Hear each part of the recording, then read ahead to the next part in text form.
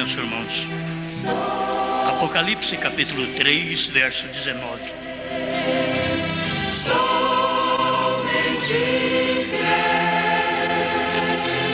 tudo é possível. Somente crer, somente crer, somente crer, tudo é possível. Somente crer. Eu repreendo e castigo a todos quantos amo. Sê, pois, zeloso e arrepende-te. Apocalipse 3, verso 19. Bondoso Pai, nós precisamos desse alimento de vida. Só o Senhor pode nos dar. Queremos sua correção, sua repreensão, porque somos filhos. E o filho é corrigido. E o Senhor quer filhos segundo o seu caráter. Como nenhum pai gosta de ter filho com um caráter pervertido, desde que o pai tenha um bom caráter, quanto mais o Senhor, que é perfeito, puro, santo, quer ter filhos segundo o seu caráter. Fale conosco e nos alimente com esta palavra, em nome do Senhor Jesus. Amém, Senhor. Amém. Pode sentar, irmãos. Nada temer, nada temer, tudo é possível. Nada temer. Nós temos visto estes estágios do anticristo. Nós temos visto também os estágios da lagarta. E eu queria comentar mais um pouco sobre isto. É muito bom para a nossa meditação nessa reunião. Sendo nós filhos, nós somos repreendidos conforme diz a Bíblia. Hebreus 12, verso 6.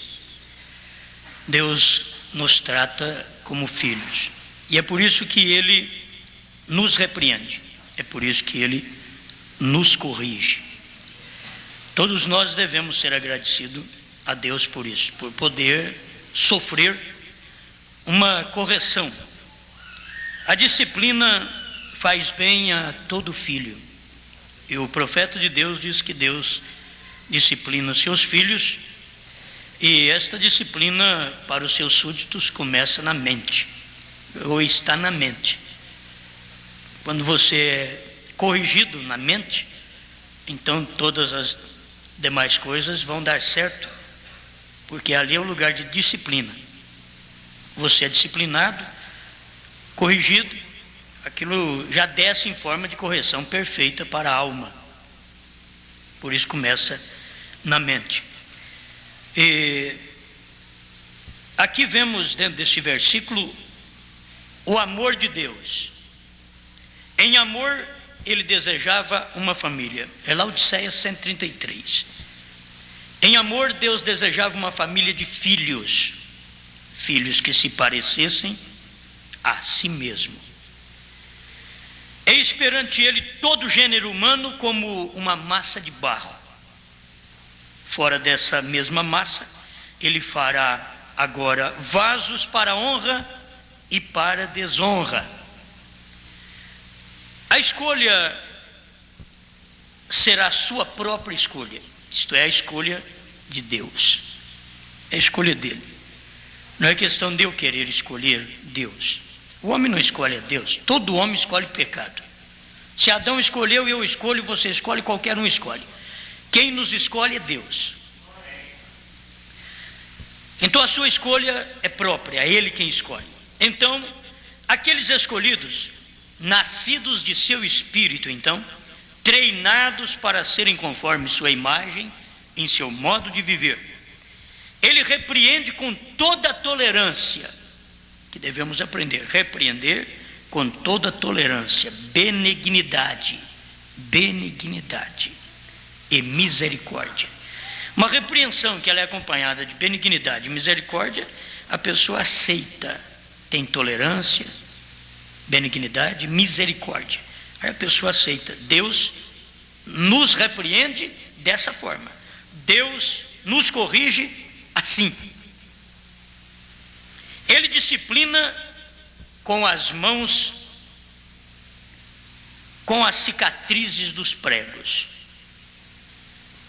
Se você for disciplinar alguém com a sua mão, e a sua mão estiver machucada, você saberá como disciplinar a pessoa, porque você foi ferido primeiro. O nosso Deus nos repreende, mas com mãos feridas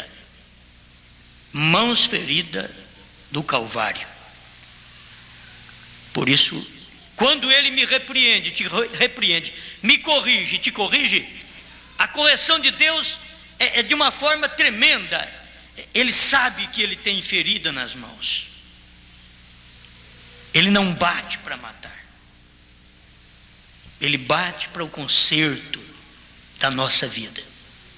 E muitas vezes nós temos que passar por esses momentos que nós não gostamos, mas aprove Deus corrigir-nos como filhos que somos dele, e ele tratar-nos de açoitar com mãos feridas, mãos com cicatrizes de pregos. Algumas vezes este oleiro deve tomar o vaso que está fazendo e quebrá-lo.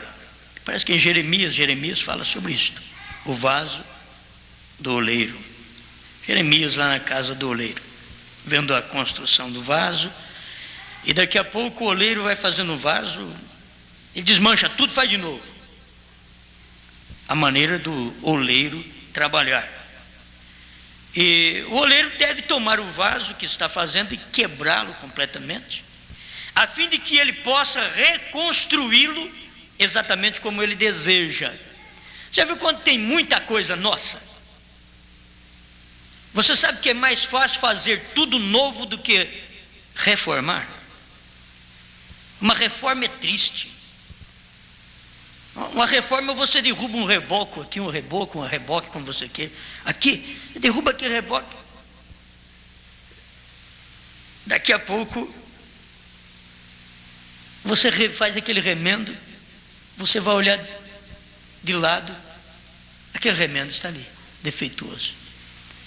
Aí derrubar tudo esse reboco e rebocar tudo de novo, aí fica bonitinha a parede, fica bonito. Tem hora que Deus tem que pegar nós, com tanta coisa nossa, Deus fala, eu não vou te remendar não, você vai ficar muito feio, de todo jeito você fica defeituoso, e eu não consigo ficar trabalhando com gente defeituosa e fazendo remendo. Eu não sou Deus de remendo, eu quero que você nasça de novo, tem que nascer do meu espírito. A coisa muda. Aí ele olha assim, está perfeitinho. A hora que Deus olha de um canto no outro e diz perfeito, de um canto no outro, perfeito. A hora que ele olha tudo perfeito, diz, agora é hora, agora eu posso trabalhar através de você. Que tem hora que nós mesmos entortamos e Deus precisa nos endireitar. Ele precisa nos endireitar. E nós entortamos coisa que Deus fez na nossa vida. Aí Ele precisa talvez quebrar-nos um pouquinho, aí colocar nós no lugar. Aí ficamos bonitinhos, fica perfeito. Assim o oleiro quebra o vaso todo, faz de novo. Agora isso daí diz o profeta que é amor. É amor isso. Quebrar, fazer de novo. É amor. Este é seu amor. Outro caminho para o seu amor não há. É correção. O amor de Deus é corretivo.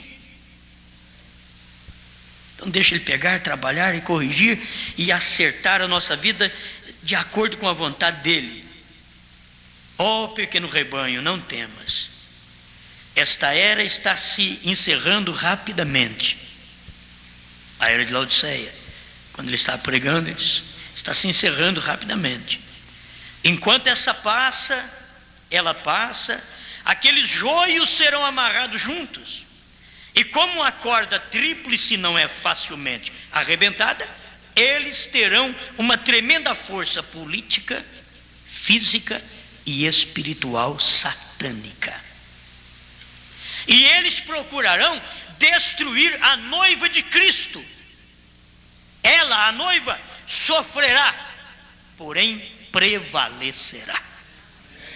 Não temas você, não tenha você temor daquelas coisas que virão sobre a terra, porque tendo amado os seus que estavam no mundo, amou-os até ao fim. São João 13, verso 1. E aí, sê pois zeloso e arrepende-te. Como a gente precisa dar graças e ver Deus corrigindo, açoitando, disciplinando. Mas tem hora que não é bom. Nenhuma correção no presente parece ser boa, diz São Paulo. Mas depois, no final, você vai ver que vai resultar. Porque você teve que passar por aquilo para chegar ao aperfeiçoamento. Tem que passar por aquilo. Tem hora que a gente tem que sofrer um pouquinho para chegar lá. Esse evangelho que os crentes estão pregando, não sofra mais, e que Jesus só quer coração, e não mostra que o crente é como Jesus disse: no mundo tereis aflições. Ninguém pode mudar isso, gente. Jesus nunca disse vocês vão viver uma vida boa no mundo. Jesus disse: no mundo tereis aflições. Esse tem que ser o evangelho que o verdadeiro pregador tem que semear. Essa é a palavra. Outra palavra é besta. Ela não é de Deus, ela é da besta. Porque a palavra de Deus, quando você a semeia, tem que semear do jeito que ela é, porque ela vai produzir segundo a sua semente, segundo a sua natureza. Ela não pode produzir diferente. E quando Deus semeou, foi quando ele disse: no mundo tereis aflições, tende bom ânimo, eu venci o mundo. Então o crente simplesmente enfrenta esse mundo, sabendo: mundo, eu vou te enfrentar por um motivo, porque você já está vencido. Não por mim, não por minhas obras, não por minhas orações, não por minha dedicação, não por minha leitura, não por minha assiduidade na igreja, no trabalho. Não, você já está vencido, mundo, porque Cristo diz: eu já venci. E não é questão de você pensar assim: ó, Jesus venceu e eu vencerei. Ele já venceu. Eu estou encarando um mundo que Cristo já venceu por mim, porque eu não consigo vencer esse mundo. É Cristo que já venceu por mim. Então, para eu continuar encarando esse mundo, eu tenho que trazer Cristo dentro de mim, porque esse Cristo já venceu o mundo. E a hora que eu olho para o mundo vê Deus olhando para ele. A hora que você olha para o mundo vê Deus olhando para ele. Ele diz: não vou mexer com isso não. Amém? Aleluia. Agora, esta falsa igreja, a falsa igreja tem zelo. Não se engane acerca disto. Seu zelo tem sido literalmente o mesmo dos judeus. São João 2,17. O zelo de tua casa me consumirá. Porém, este é um zelo errado. É para a casa de sua própria edificação. É para seus próprios credos, seus dogmas, organizações e sua própria justiça. Eles têm lançado fora a palavra de Deus para dar lugar às suas próprias ideias. Eles depuseram o Espírito Santo e colocaram homens como líderes. Eles têm posto de lado a vida eterna como uma pessoa e substituído-a por obras, por boas obras, ou mesmo conformidade com a igreja ao invés de boas obras. Parágrafo 136, Laodiceia. Isso aqui eu gosto. Mas Deus está pedindo outro zelo. é o zelo para clamar: eu estou errado. Eu posso ter zelo para tudo. Eu posso colocar a ordem da igreja certinho nesta igreja. Eu posso ter um zelo tremendo de um silêncio dentro desse tabernáculo. Mas Deus não está em busca apenas de algo que eu estou fazendo. Ele quer que eu reconheça uma coisa, diz o profeta: o zelo de dizer: eu estou errado. Não errado porque eu corrijo a igreja, não errado porque eu aplico a ordem da igreja, não, errado porque eu tenho que entender minhas falhas. Eu tenho que ver que eu estou errado, as minhas maneiras, os meus pensamentos, que a maioria das vezes estamos errados, mas não admitimos estar errado. E você pode fazer de tudo para Deus, enquanto não admitir estou errado, você pode dar a maior oferta, o maior dízimo, vir na igreja todo culto, pode fazer de tudo. Primeiro você tem que admitir uma coisa: sou culpado, sou errado.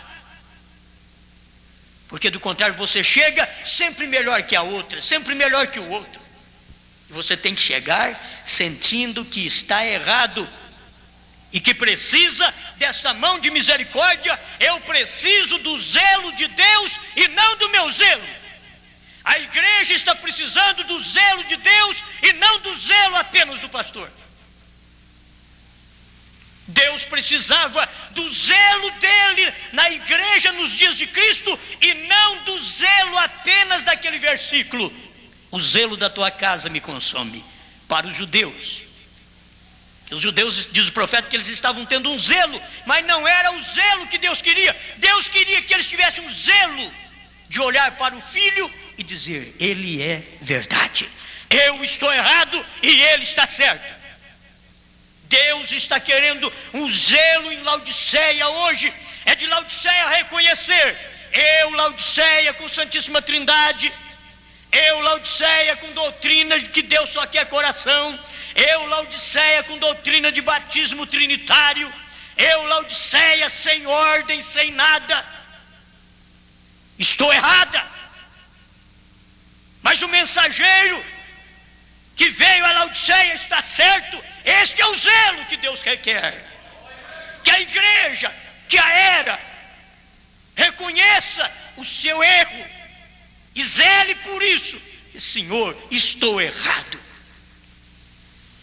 Deus está pedindo outro zelo, é o zelo para clamar: eu estou errado. Ora, quem é que vai dizer que está errado? Sobre o que estão baseadas todas estas denominações? Sobre a pretensão de que elas são certas.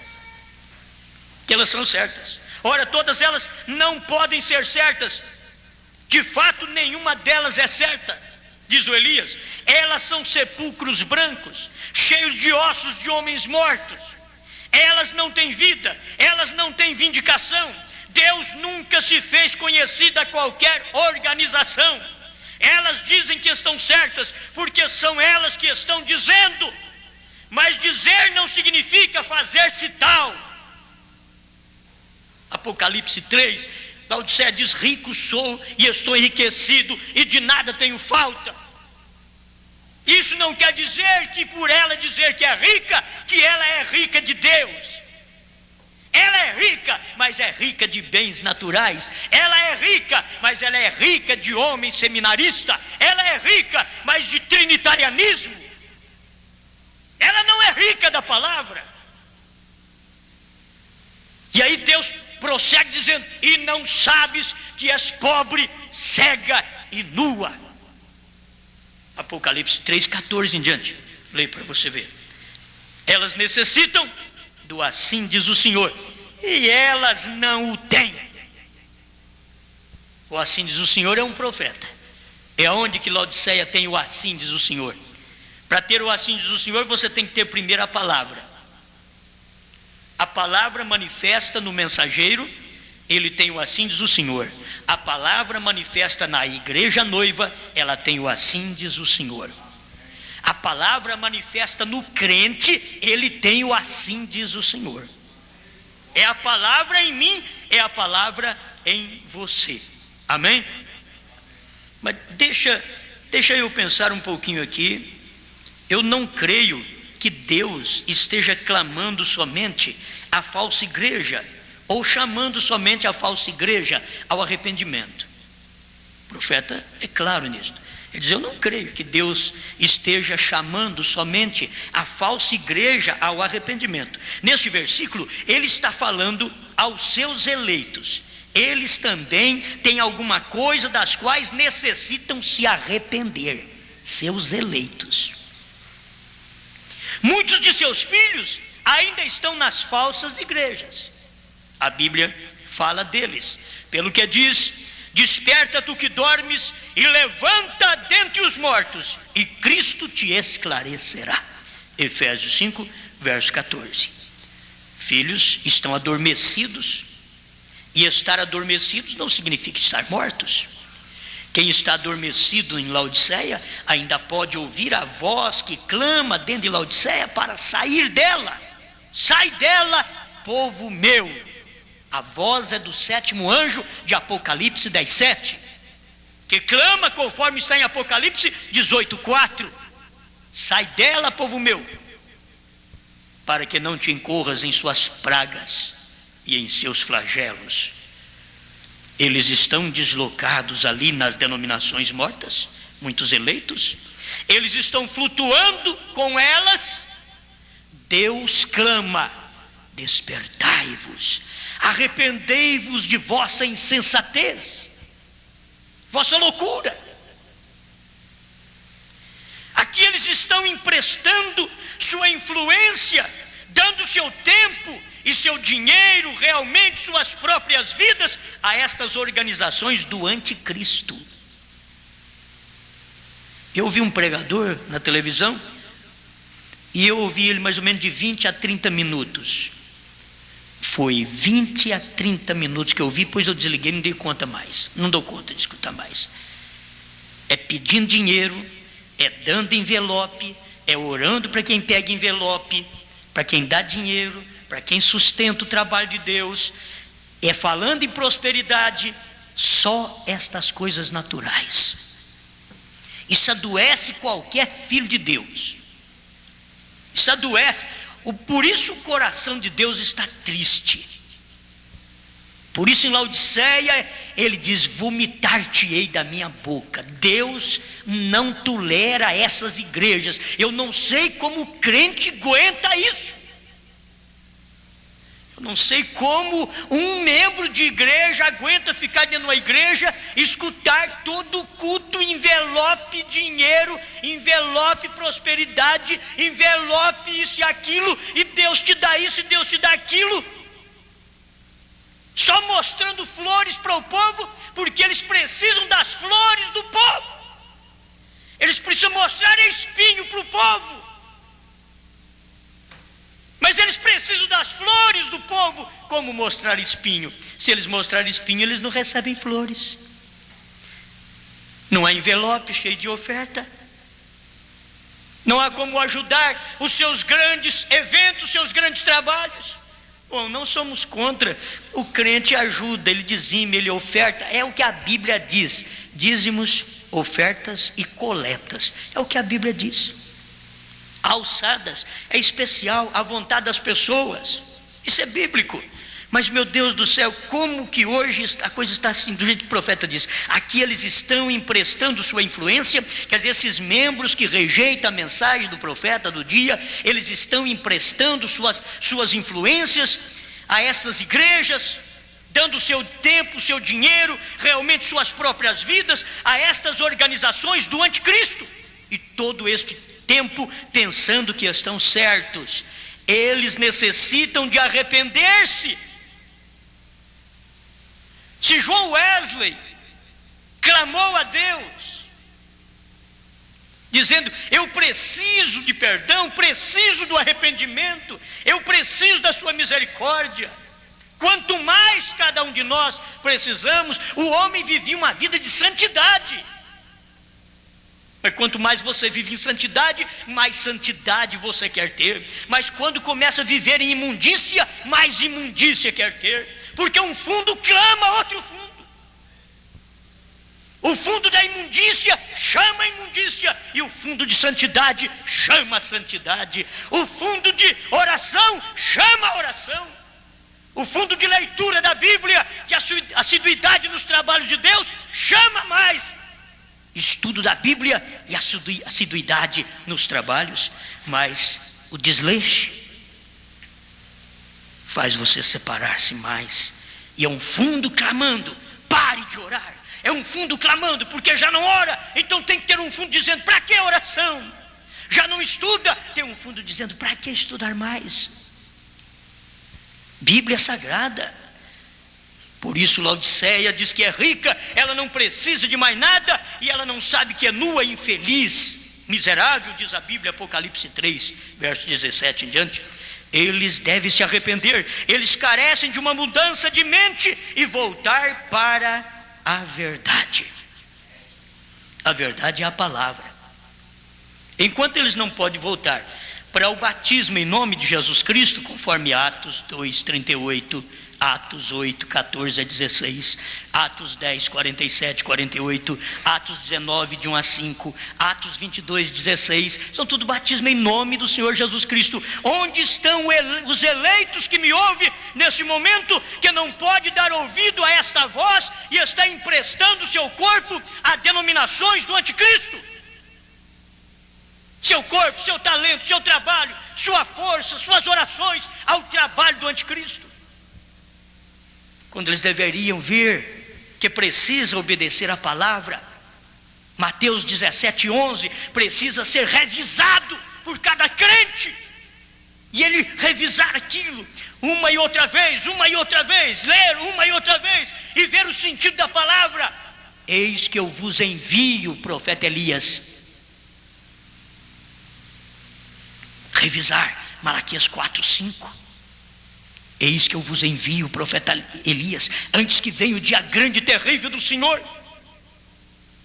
Mateus 17:11. Revisar outra vez. Elias virá primeiro. Então tem que ter um Elias primeiro. Elias virá primeiro e restaurará todas as coisas. João Batista não restaurou. É o Elias de Mateus 17:11 que vai cumprir Atos 3, 19 a 21. E convém que o tempo, que os céus contenha, até o tempo da restauração de tudo o que Deus falou pela boca de todos os seus santos profetas. É este. Se revisasse as Escrituras e cumprisse essas Escrituras. Mas você que é um eleito que me ouve, dentro de um sepulcro branco desse daí, você vai ainda reconhecer e sair, porque você não está morto, você está dormindo. E eu estou dando um aviso para você: desperta, tu que dormes. Esta mensagem é um chacoalhão. Sabe quando você está dormindo assim, que alguém chega, chacoalha e você acorda? Mas se você estiver morto, essa mensagem te rola para lá e para cá, e você não pode acordar, porque está morto, está morta. Mas se está dormindo apenas, se está dormindo em Laodiceia, se está dormindo apenas no batismo trinitariano, se está dormindo na falsa doutrina, agora eu vou só te dar um cutucãozinho, você vai acordar, que você está dormindo. Mas se não está dormindo, se já morreu, meu irmão, se já morreu, minha irmã, você nunca desperta com este cutucão que estamos dando. Desperta, tu que dormes, sai dela, povo meu. Dar um grito desse assim dentro do quarto, o indivíduo dormindo, ele tem que acordar logo. Mas se você estiver no necrotério e dizer: sai dela, povo meu, o defunto fica do mesmo jeito. O defunto fica do mesmo jeito. Ele não acorda, porque está morto. Mas se estiver só dormindo, você pode acordá-lo ainda, pode despertá-lo. E é isto a mensagem que prego. Porque pregas ainda quando quase ninguém entra? Porque eu ainda creio que tem alguém dormindo ainda na denominação, e que pode ouvir a voz do Espírito Santo e sair dela enquanto ouve o último chamado de Deus. É hora de partir para o rapto. Sim, esta é a era que mais necessita de se arrepender. Porém, ela o fará? Ela trará de volta a palavra? Ela entronizará novamente o Espírito Santo na vida dos homens? Ela reverenciará Cristo novamente como o único Salvador? Ela não o pode, porque o verso seguinte declara alarmante e chocante verdade quanto à conclusão desta era: Cristo fora da igreja. Se ele está fora, ela não pode ouvi-lo. Sabe como é estar dentro? Se o profeta tivesse nascido, pregado, revelado selos dentro do luteranismo creria. Se o profeta tivesse revelado selos dentro dos pentecostais, os pentecostais aceitariam esta mensagem. Mas quando foi revelado selos, Cristo está fora da igreja. Cristo está fora do seio pentecostal. Cristo está fora. Dentro das 7 eras da igreja, não teve uma era que pôs Cristo fora. Só a 7ª era, ela pôs Cristo fora. Apocalipse 3:20. Eis que estou à porta e bato. Eis que estou à porta e bato. Se alguém ouvir a minha voz e abrir a porta, entrarei em sua casa, e com ele cearei, e ele comigo. Por que a igreja não pode mais voltar a Pentecostes? Não pode arrepender? Ela não pode entronizar o Espírito Santo na igreja, na vida do povo? Ela pode entronizar dons. Dons ela pode. Subindo ao alto, levou o cativo o cativeiro, deu dons aos homens e até aos rebeldes. Isso é fácil. Mas agora, quando vem na 7ª era, depois de pentecostalismo, Cristo já está fora da igreja. Então a palavra não é dada aos rebeldes. Os dons são dados aos rebeldes, mas a palavra é dada à noiva, a filhos. Filhos que têm, é descendente, filho é descendente. Ele descendeu do pai. Ele ama o pai. Ele quer voltar para o seio do pai. Era aquele descendente pródigo, mas era descendente. Se ele não fosse filho, ele não retornaria. E esta mensagem está nessa última era, chamando os pródigos para a casa do pai. Pródigos que têm gasto o seu tempo, gasta a sua vida, gasta o seu dinheiro no sistema do anticristo, construindo igrejas, mas é o sistema do anticristo. E você tem ajudado esse sistema do anticristo. Esse é o problema. Tem ajudado, tem dado tudo que você tem ao sistema do anticristo.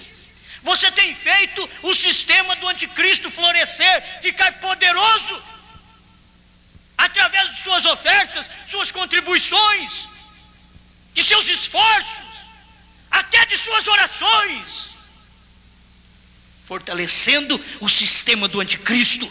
Porque senão você aceitaria a palavra. Atos 2:38 não é sistema do anticristo. Mateus 17:11 não é sistema de anticristo.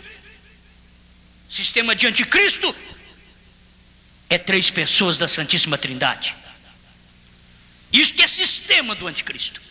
Sistema do anticristo é dizer que Deus só quer seu coração, e você dá oferta para essas igrejas, e você faz crescer esses pastores, e você faz com que eles tenham mais prosperidade, e as igrejas tenham mais patrimônios no nome dela, porque você está ajudando a fortalecer o patrimônio do anticristo. Mas Deus tem um povo que está procurando fortalecer o sistema da palavra, o sistema de Deus. Todo o sistema do mundo perecerá, o sistema anticristo ruirá. O sistema de Deus é o sistema da palavra, é o único que vai permanecer. O resto tudo vai cair. Qualquer dia você, crente, que dá sua oferta, seu dízimo, seu esforço, sua oração, sua assiduidade na igreja, todo culto, e 9 horas, e 10 horas, e 3 da tarde, e 7 da noite, 3, 4 cultos por dia, e você sustentando o sistema do anticristo, pensando que está sustentando o trabalho de Cristo. Que coisa terrível, que decepção vão enfrentar naquele dia, quando eles disserem: Senhor, eu fiz isto, Senhor, eu curei os enfermos, Senhor, eu paguei dízimo, Senhor, eu dei oferta. Ele diz: não foi para mim não. Foi, Senhor, foi na sua causa, foi para o seu trabalho. Ele diz: não, foi para o sistema anticristo que você fez. Você estava fazendo com sinceridade, como sendo a mim, mas quem estava recebendo era o sistema anticristo. Cresceu, fortaleceu. E o meu pequeno grupo, aqueles pequenos meus que ficaram nas catacumbas, aqueles que ficavam me ouvindo com lamparinas, às escondidas, falando no meu nome, este era o povo meu. Ele vai dizer: não, Senhor, mas nós vivíamos numa igreja cheia de luzes. Diz: não é o meu sistema, esse era o sistema do anticristo. A nossa igreja, Senhor, era tão bonita, tão bela, luzes por todo lado, mulheres bem vestidas, homens bem vestidos, coro bem ensaiado, conjunto, uma maravilha de conjunto. Ele diz: não era meu. Éden satânico. É o período que o povo não percebe. O Éden de Deus é simplicidade, o Éden de Deus é humildade, o Éden de Deus é a palavra na manjedoura, o Éden de Deus é isso hoje. Mas o Éden de Satanás é grandeza, é popularidade, é pompa. Esse é o Éden de Satanás. Mas aqui está um chamamento de Deus, Deus conclamando: arrepende-te. Sabe o que me veio? Deixa eu reprisar um pouquinho esses cultos anteriores, só um pouquinho. O período da lagarta foi o anticristo. E sabe o que o anticristo fez? Era um espírito religioso. Você vai em Apocalipse capítulo 2, Apocalipse 2, você vai ver ali o que foi que a lagarta fez em Apocalipse capítulo 2, verso 4. Tenho, porém, contra ti que deixaste a tua primeira caridade, teu primeiro amor, fruto do Espírito. A lagarta comeu na primeira era da igreja. A lagarta come o fruto, e ela comeu o amor, o fruto do amor, na primeira era da igreja. A lagarta comeu aquele fruto. Logo veio o gafanhoto e tirou aquela unidade, aquele companheirismo entre eles. Eles perderam a força, eles perderam aquele poder que eles tinham, porque perderam o amor. Quando o casamento perde o amor, perdeu o lar. Entende? Perdeu o amor, perdeu a casa. Quando perde o amor, a mulher não tem, ela sai de casa, larga 4, 5, 10 filhos e sai com outro homem. Ela não importa, ela perdeu o amor por aquele homem dela, pelo marido dela. Ela perdeu o amor, acabou. Ela sai, aquele marido, ele larga a mulher chorando com 3, 4, 10 filhos e vai embora. Ele perdeu o amor daquela mulher, e aí ele não respeita mais o amor pelos filhos, pelas crianças, pelos inocentes, porque ele perdeu o amor pela própria esposa. Ele vai embora, ele larga tudo. E a igreja primitiva fez isso. Ela começou no fogo do Pentecostes, falando língua estranha, expulsando demônios, curando enfermos. Mas quando ela chegou nessa condição, ela já tinha perdido o seu primeiro amor. Em Apocalipse 2,4, ela perdeu o seu primeiro amor. E Deus diz: tenho, porém, contra ti que abandonaste o teu primeiro amor. A lagarta tinha comido. O gafanhoto tirou o companheirismo da igreja com a palavra. E aí foi fácil para a locusta começar no ano 325.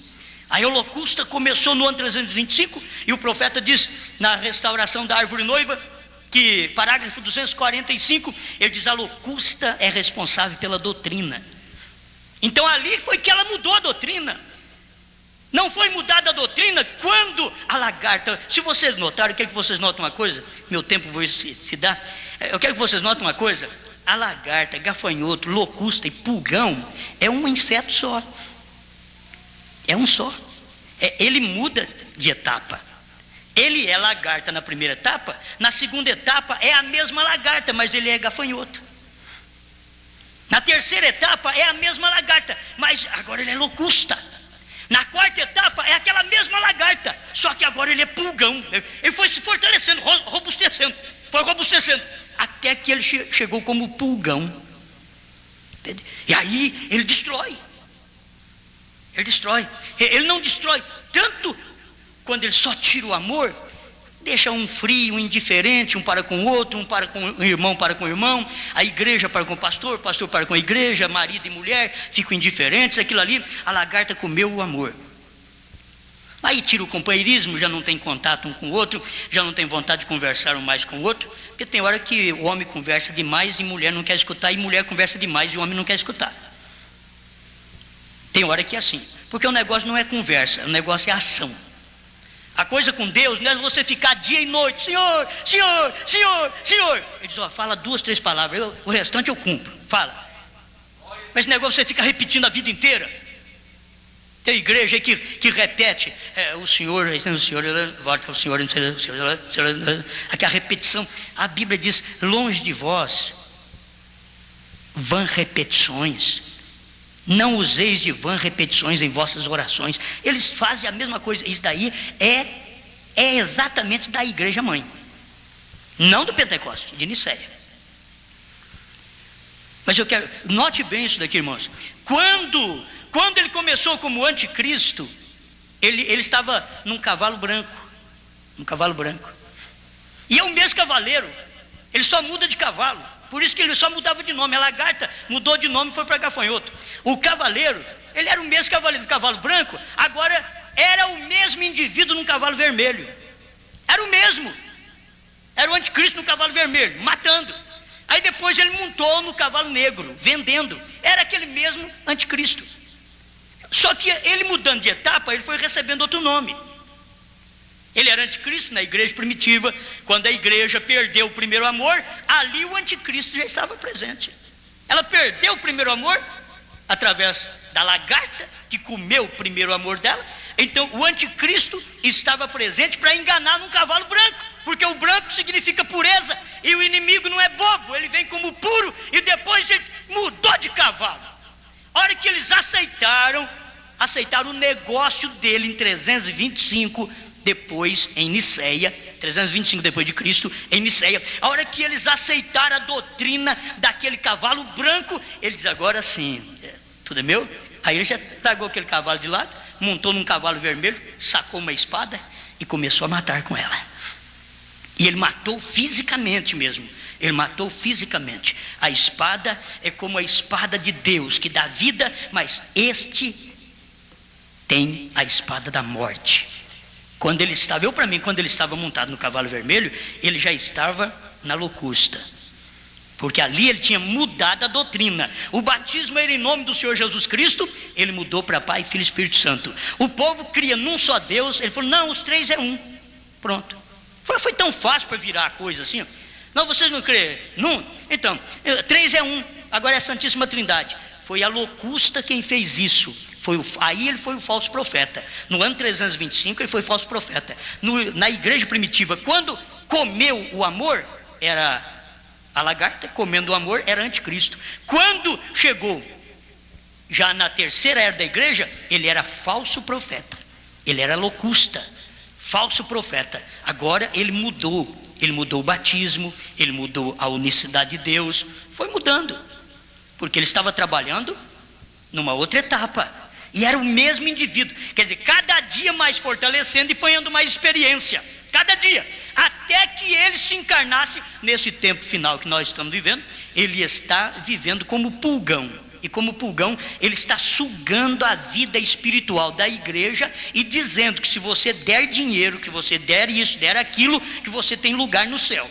Se você der oferta, você é filho de Deus, você está ajudando a manter o trabalho de Deus, que todo filho de Deus ajuda a manter o trabalho de Deus, mas é o pulgão que está fazendo isso com você.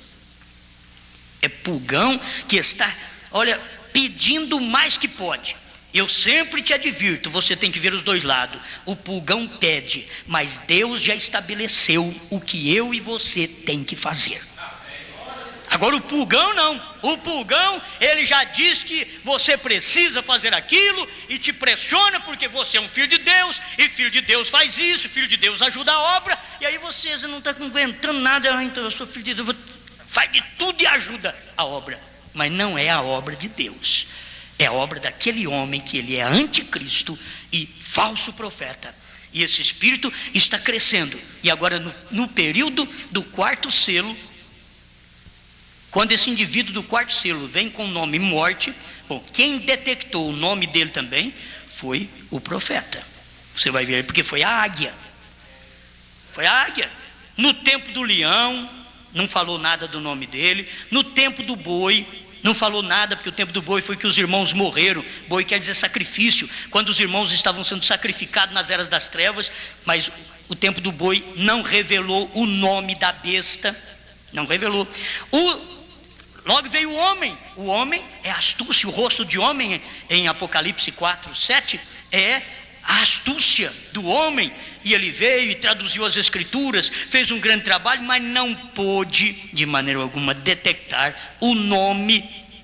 Mas quando veio a águia, que é um profeta, veio a águia, abriu o quarto selo. A hora que abriu o quarto selo, a voz diz: vem e vê. Aí a águia descreveu: está montado num cavalo amarelo e tem por nome morte, e o inferno lhe seguia, que sempre é assim, morreu é a tumba, o inferno que segue, é o Hades.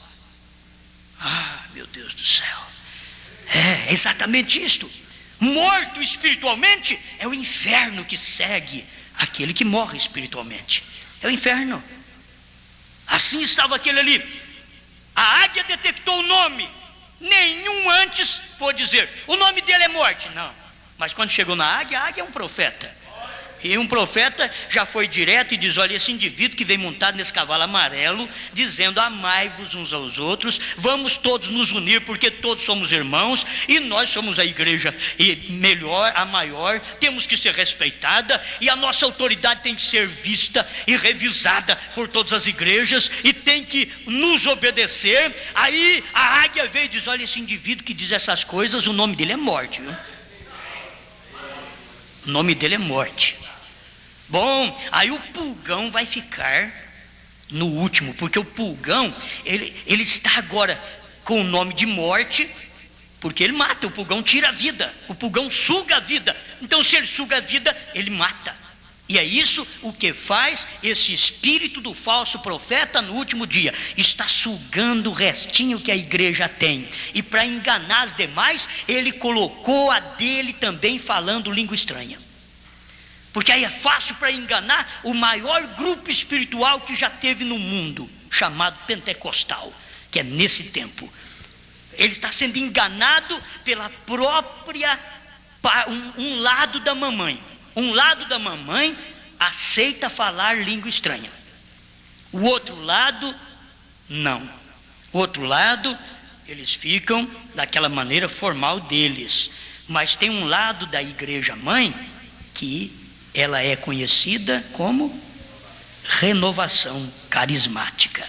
Esse é um lado da mãe, conhecida com essa renovação. E os pentecostais devem pular e alegrar: oh, agora tem nossos irmãos, estão falando língua estranha. Não somente nós. Eles podem dizer do outro lado: irmãos, agora vamos falar igual os pentecostais. Eles são um de nós, estão unidos, estamos todos juntos, todos somos um. Diz a morte, porque um profeta, a águia, diz: é morte isso, é morte. Mas os outros não vê que é isso, diz: não, isso é vida. Que coisa maravilhosa, uma unidade de todas as igrejas, que bênção de Deus, que maravilha. E o profeta, a águia, vem e diz: é morte, irmãos, é o pulgão, é ele na sua última etapa. E a hora que ele conquistar tudo aqui agora, ele vai ser a besta, mas quando ele for a besta, nós já saímos daqui. Porque se esses três poderes, um poder se ajuntou, se agrupou a outro e trouxe, vai trazer a besta, e já trouxe aquele que tem por nome morte. Oh, se vocês pudessem agora ter luz divina para enxergar o que faz o Espírito Santo, porque o mesmo Deus que veio Lutero é o mesmo Deus que veio Wesley. Ele só mudou de homem, como o anticristo mudou de cavalo. Deus só mudou de movimento, só mudou de homem. Era o Espírito Santo em Lutero. Ele deu aquela mensagem estrondosa, poderosa, e ele mudou de cavalo outra vez, e ao invés de destruir, ele melhorou mais. Ele trouxe santificação através de Wesley. Ele diz: agora eu tenho que montar em um outro cavalo. E ele montou e trouxe também restauração de dons para nós. Restauração de dons vem nesta era final, juntamente com o batismo do Espírito Santo. Você tem que ver isso daí. Sabe por quê? Porque os três, você mistura branco, preto e vermelho, você terá o amarelo, o baio, cor da morte. Você mistura justificação, santificação e restauração de dons, você terá o batismo com o Espírito Santo. O que está precisando é isto, é ver que é nesse quarto movimento que a vida entra. É nesse quarto movimento. O primeiro Elias fez um grande trabalho. O espírito de Elias em Eliseu fez uma porção dobrada. O espírito de Elias em João Batista trouxe um grande trabalho preparando o caminho do Senhor. Mas agora o quarto Elias, esse quarto Elias, ele vem trazendo a vida para a igreja. Que vida? O batismo com o Espírito Santo para a igreja.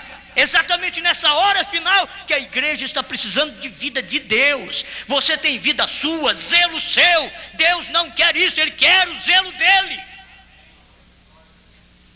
Aleluia. Que Ele possa te ajudar. Eu creio que um pouquinho que a gente fala assim é o suficiente para satisfazer. Deixa eu terminar aqui com Ezequiel 47 outra vez. Eu gosto muito disso. Ezequiel 47 você encontra 4 passos, como você encontra em Ezequiel 37, 4 passos. Ezequiel 37 a visão de um vale de ossos secos. Você encontra nervos, carne, pele e logo a vida. Justificação, santificação, restauração de dons, e a mensagem do profeta é vida. Ezequiel 47 você encontra 4 passos: águas que dava pelos artelhos, luteranismo; águas que dava pelos joelhos, wesleyanos; águas que dava pelos lombos, laodiceanos, pentecostais. Na era do Elias, águas que não se pode atravessar, porque as águas eram profundas. A mensagem do Elias é água profunda, e água profunda é lugar de peixe grande, mas peixe de Deus. É água profunda. Você vai encontrar lambari na justificação, na santificação, talvez uma traíra. Você vai encontrar ali no pentecostalismo. Pode encontrar alguma coisa a mais. Mas quando você chega nas águas profundas, você vai encontrar uma mensagem que te revela o que você não sabia. Por isso você tem que ser tão profundo quanto a mensagem é, porque você é filho de Deus, e Deus é esta mensagem. Deus não é outra coisa. Deus não é movimento luterano, que é uma parte, wesleyano, que é uma parte, e pentecostais, que é uma parte. Deus é vida. Deus é vida, só que Ele gosta que você perceba que Ele agrega tudo, Ele ajunta tudo para formar o corpo dEle, enquanto do outro lado a besta está juntando tudo para formar o corpo dela. Deus está juntando aqui água, sangue e vida, formando o corpo dEle. Senhor, muito obrigado pelo momento que nós passamos a regozijar em Sua presença, por estas verdades, por vermos que vale a pena o zelo de Deus. Este é o zelo que o Senhor disse: eu quero este zelo de clamar, estou errado. Oh Pai, isso nós podemos já encontrar E pudemos ver a mensagem para encontrar um meio de saída, não apenas dizer estou errado e continuar errado. Estou errado, mas agora encontrei a mensagem: sai fora de Laodiceia, que é um movimento errado. Saiu fora e recebeu o Espírito Santo. Continua falando conosco e nos alimentando para a glória do teu nome. Perdoe nossos pecados, enche-nos do Espírito Santo. É o meu pedido no nome do Senhor Jesus Cristo, o Filho do Deus vivo, o nosso Salvador e Deus. Amém, Senhor. Amém. Amém.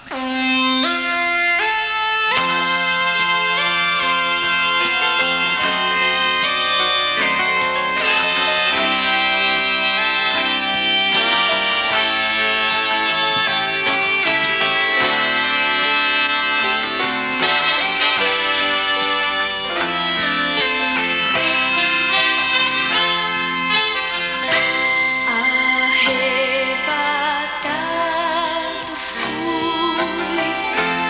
no dia do Senhor, ouvi uma grande voz, a voz do Salvador. E a seus pés caí, aos pés do meu Jesus,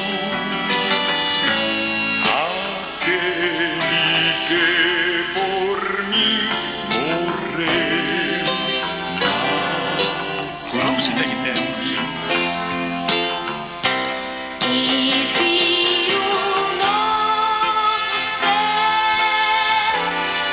uma nova terra, vi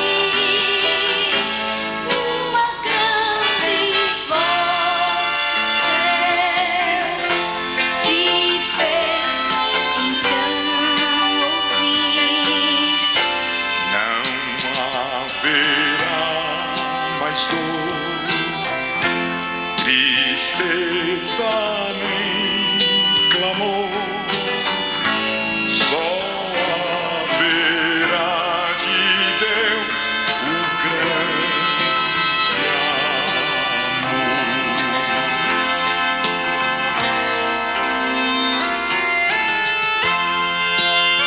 Arrebatado fui no dia do Senhor. Como você poderia pensar que o dia do Senhor fosse o sábado ou o domingo? João foi arrebatado no período de 2 anos. Não é nem o sábado nem o domingo. É o dia por vir. É o dia do reino do Senhor, o milênio.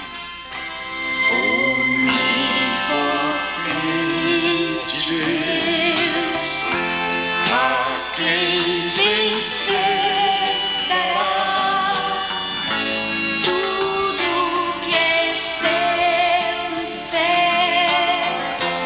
tudo herdará de Deus, Riquezas colossais.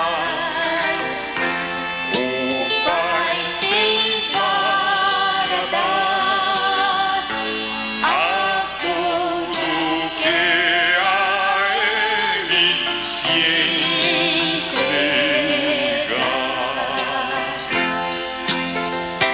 E vi um novo céu, uma nova terra, vi